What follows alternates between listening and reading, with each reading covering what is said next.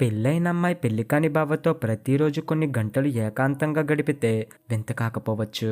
అందుకామె భర్త అభ్యంతరం పెట్టకపోతే అది వింత కాకపోవచ్చు. కానీ ఆ వ్యవహారంలోంచి రాజీవ్ జీవిత ధర్మాన్ని గ్రహించడం ఉందే, అది మాత్రం వింతే. రాజీవ్ నెల జీతం 50,000. 35 లక్షల విలువ చేసే రాజీవ్ 5 గదుల అపార్ట్మెంట్లో ఉండేది. 25 అతను, 22 అతని భార్య ఉష.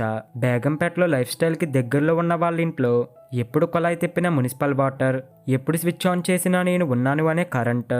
అడుగు బయట పెడితే చాలు దర్శనమిచ్చే రకరకాల షాప్స్, హోటళ్ళు. అడుగు బయట పెట్టక్కర్లేకుండా గ్యారేజీలో ఓ మారుతి డిజైర్. రాజీవ్ను అతని భార్య ఉద్యోగాన్ని, వాళ్ళ ఇంటిని కలిపి చూసిన వాళ్ళంతా అతన్ని అదృష్టవంతుడంటారు. భావి అనబడే ఆ బిల్డింగ్లో రాజీవ్ వయసు అదృష్టవంతులు మరో 5 ఉన్నారు. ఇంకా ఎక్కువ మంది ఉందామన్నా ఆ బావిలో ఉన్నవి 6 అపార్ట్మెంట్లు. 6 నెలల క్రితం బిల్డర్ వాళ్ళందరికీ ఒకేసారి ఇల్లు అప్పచెప్పినప్పుడు ఇల్లు బాగా కట్టాడని బిల్డర్ని పొగిడితే అర్హతకు తగిన గౌరవాన్ని కాదనకూడదు అంటూ బిల్డర్ వాళ్ళ పొగడ్తల్ని నిర్మోహమాటంగా స్వీకరించి చాలామంది బిల్డర్స్ ఇల్లు కట్టడంతో తమ పని అయిపోయిందనుకుంటారు. కానీ మీకు డబ్బున్నా నా అనుభవం లేదు, చదువున్నా నా లోకజ్ఞానం లేదు, ఉద్యోగమున్నా నా స్వేచ్ఛ లేదు, అదృష్టమున్నా నా పలుకుబడి లేదు, అందుకని ఇల్లు అప్పగించేసినా కూడా మీకు నేను సహాయపడుతూనే ఉంటాను అంటూ వాళ్ళని కొంత చిన్నబుచ్చి కొంత పరా బిల్డర్ నింద చేశాడు. ఆ తర్వాత కిమ్ అనకుండా తన మాటలు వింటున్నారు. మీరు అసోసియేషన్ ప్రారంభించండి, మీ లీడర్ ద్వారా మీ సమస్యలు తెలియజేస్తే నేను పరిష్కారాలు చెబుతుంటాను అని ఓ సలహాను హామీలా ఇచ్చి వెళ్ళిపోయాడు. అలా కిషోర్ వాళ్ళకి లీడర్ అయి ఆ వెంటనే భావి భామలకు ఒంటరితనం ఒక పెద్ద సమస్యని గుర్తించాడు. వాళ్ళందరూ వెళ్ళేది తలో కంపెనీకైనా అంతా ఉదయం 7:30 కల్లా ఇల్లు వదిలి మళ్ళీ రాత్రి 8ంటికి ఇల్లు చేరుతారు. అంతసేపు అందం వయసు ఉన్న భావి భామలకు ఒంటరితనం. రాజీవ్ విషయమే తీసుకుంటే ఆఫీస్ నుంచి అలసి వచ్చిన అతనికి ఒంటరితనంతో విసిగిపోయిన ఉషాకు పొంతన కుదరకిద్దరిలోని అసహనం, దాని నుంచి పుట్టుకొచ్చే సంతృప్తి మోతాదు మించిపోయాయి. కొత్త మోజు కొత్త కాపురమే ఇలా ఉంటే మున్ముందు సంగతి ఏంటని భయం వేసింది రాజీవ్కి. ఉషాకి రోజంతా టీవీ చూడడం బోరు, సంగీతం, సాహిత్యం, పై చదువులు కూడా బోరు అనిపించి ఇరుగు పొరుగు వాళ్లతో కాలక్షేపం చేయాలనుకుంది. అయితే తను నవ్వితే ఒక ఆమె ముఖం అదోలా పెట్టింది, ఒక ఆమె పనుందని సారీ చెప్పింది, ఒక ఆమె ముళ్ళ మీద ఉన్నట్లు అసహనంగా ఉంది, ఒక ఆమె బాగా రెస్పాండ్ అయినా ఉషాకే ముళ్ళ మీద ఉన్నట్లు అనిపించింది, మరొక ఆమె కంటికే కనిపించలేదు. అయితే నువ్వేదైనా ఉద్యోగంలో చేరు అని రాజీవ్ అంటే మీరంటే బోరు కొడితే అప్పుడు అంది ఉష. అది సమాధానం కాదు. ఆమె ఉద్యోగం చేస్తే అతను ఏం పోగొట్టుకోవాల్సిందో హెచ్చరిక. ఓ శనివారం మధ్యాహ్నం ఉష నిద్రలో ఉండగా రాజీవ్ బిల్డర్ని కలిసి సమస్య చెప్పగా, కొత్త మురిపెం పొద్దెరగదన్న సామెతను చట్టుబండలు చేసావు కదయ్యా, నువ్వేమో రోజంతా ఆఫీసులో తడిపేసి నీరసంగా ఇంటికొస్తావు, మొగుడితో ముచ్చట్లు తప్ప ఇంకేం ఇష్టపడని కొత్త పెళ్ళాన్ని పుస్తకాలు చదువు, టీవీ చూడు అంటావు. ఆ అమ్మాయికి ఎలా ఉంటుంది? చెప్పేదేదో రొమాంటిక్గా చెప్పాలి అన్నాడు ఆయన రాజీవ్ని మందలిస్తూ. అప్పుడు రాజీవ్ భయం విడిచి, రోజులో ఎక్కువ టైం కలిసిలేమన్న బాధ తప్పితే కలిసున్నప్పుడు మేము చాలా రొమాంటిక్గా ఉంటామన్నాడు.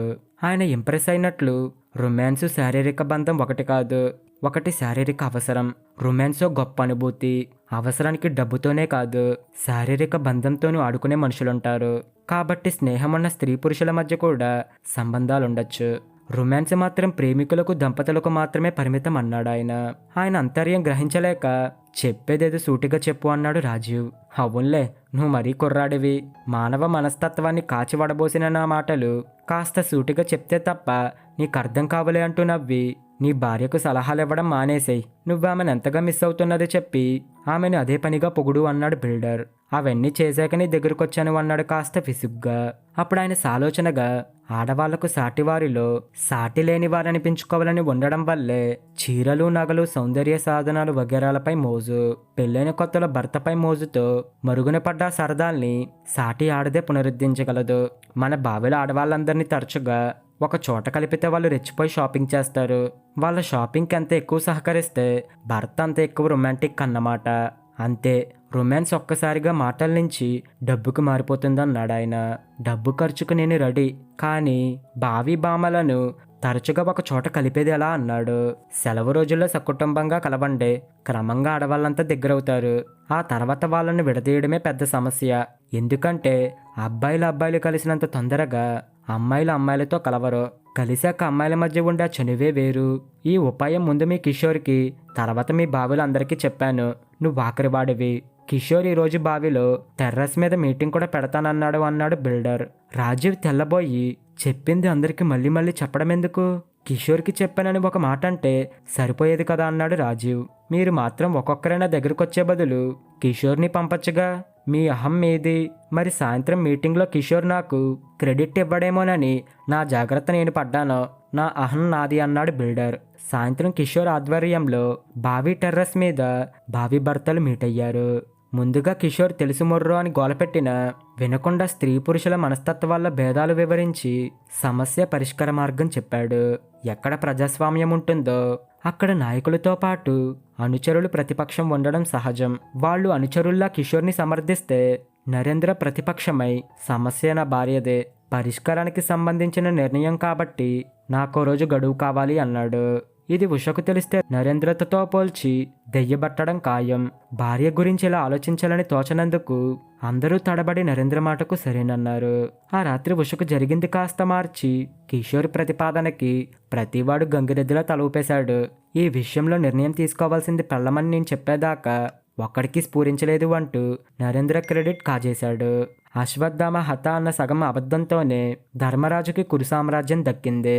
సగం అబద్ధంతో రాజీవ్ రాత్రి మదన సామ్రాజ్య నేతనయ్యాడు. మర్నాడు మీటింగ్లో నరేంద్ర తప్ప మిగతా వాళ్ళంతా కూడా అదే సామ్రాజ్య నేతల్లా కనిపించారు రాజీవ్కి. నరేంద్ర మాత్రం ప్రతిపక్షం వదలక ఆఫీసు రోజుల్లో మనసు విప్పి మాట్లాడుకునే టైం ఎలాగో లేదు.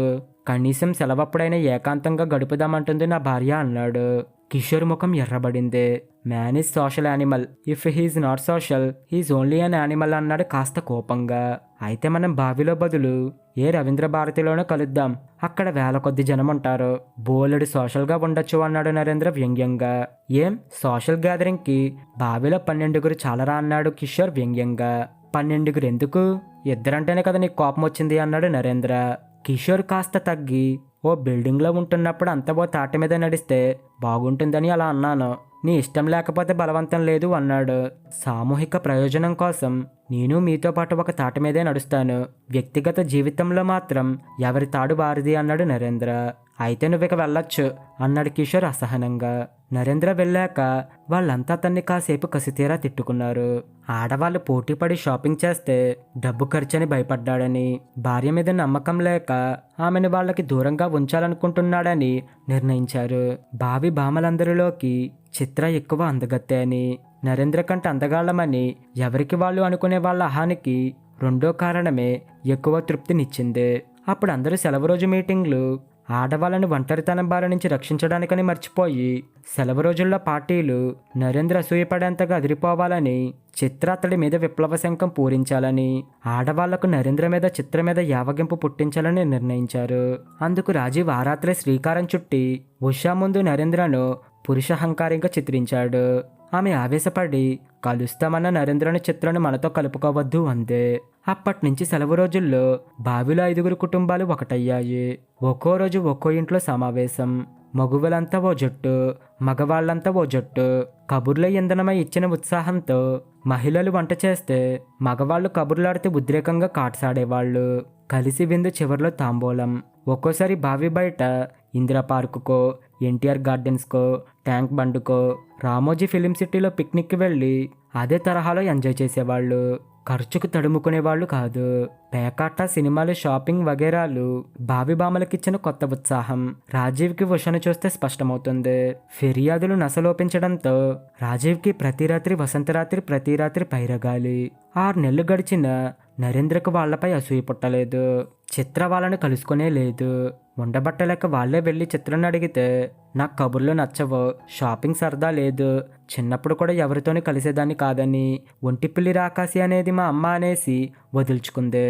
అది తెలిసి వాళ్ళు ఉండబట్టలేక ఒకసారి నరేంద్రను కలుసుకొని మారుతున్న సొసైటీకి ఎక్స్పోజ్ కాకపోతే మున్ముందు చిత్ర చాలా ఇబ్బంది పడుతుందని హెచ్చరించారు.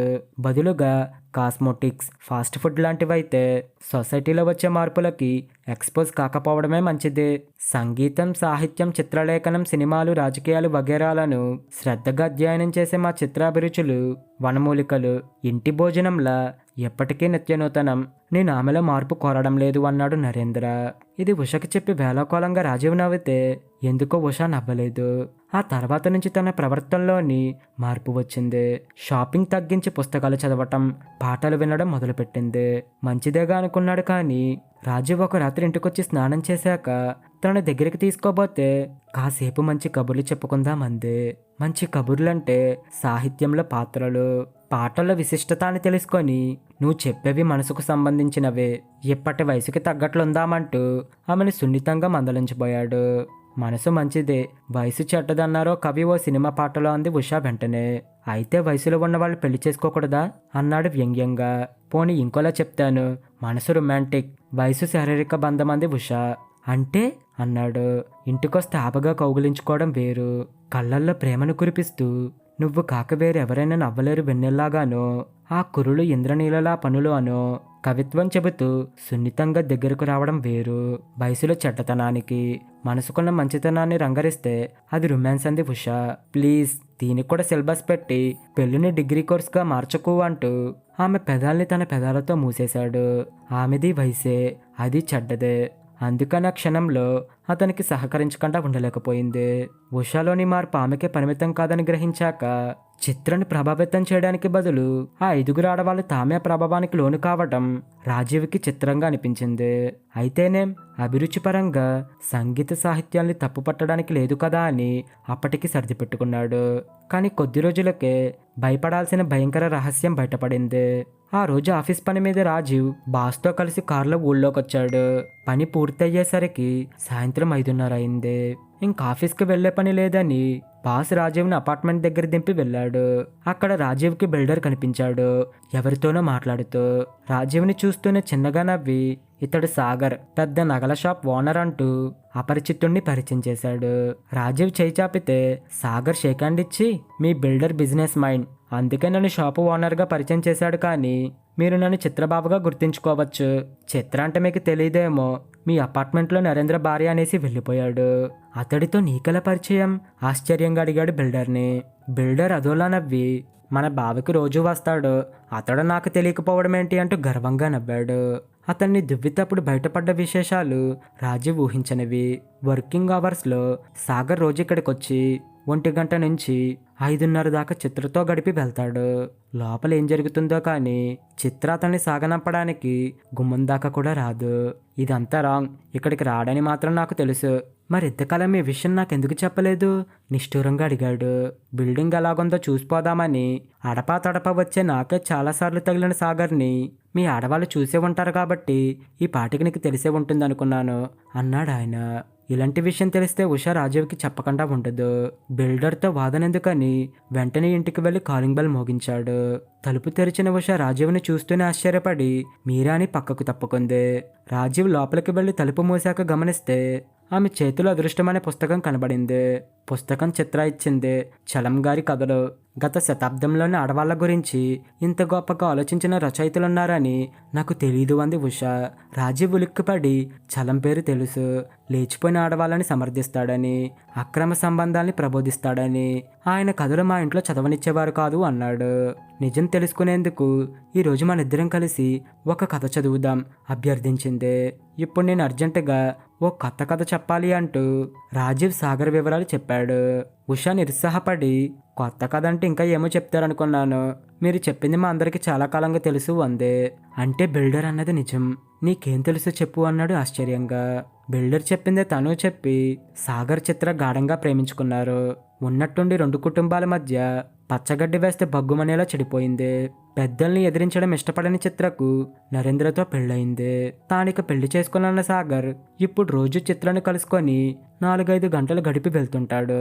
నరేంద్రకి విషయం తెలిసంటుంది చిత్ర. సాగర్ చిత్ర అభిరుచులు ఒకటేనట. రోజు సాగర్తో కాసేపు గడిపితే ఆమె ఎంతో ఫ్రెష్ ఫీల్ అయి భర్తతో ఎంతో ప్లెజెంట్గా ఉంటుందంట. అందుకని వాళ్ళు కలుసుకోవడాన్ని నరేంద్ర ఎంకరేజ్ చేస్తాడంట అంది ఉష. నమ్మడం కష్టం, అదే నిజమైతే సాగర్ నరేంద్ర ఉన్నప్పుడే రావచ్చుగా అన్నాడు. రావచ్చు, కానీ నరేంద్ర అభిరుచులు వేరు. సాగర్తో కాసేపు గడపకపోతే నరేంద్ర అభిరుచుల్ని చిత్ర కూడా భరించలేదు. అందుకని వాళ్ళు ఇలా ఏర్పాటు చేసుకున్నారు. ఈ వ్యవహారానికి ఉష స్పందిస్తున్న తీరు రాజీవ్కి నచ్చలేదు.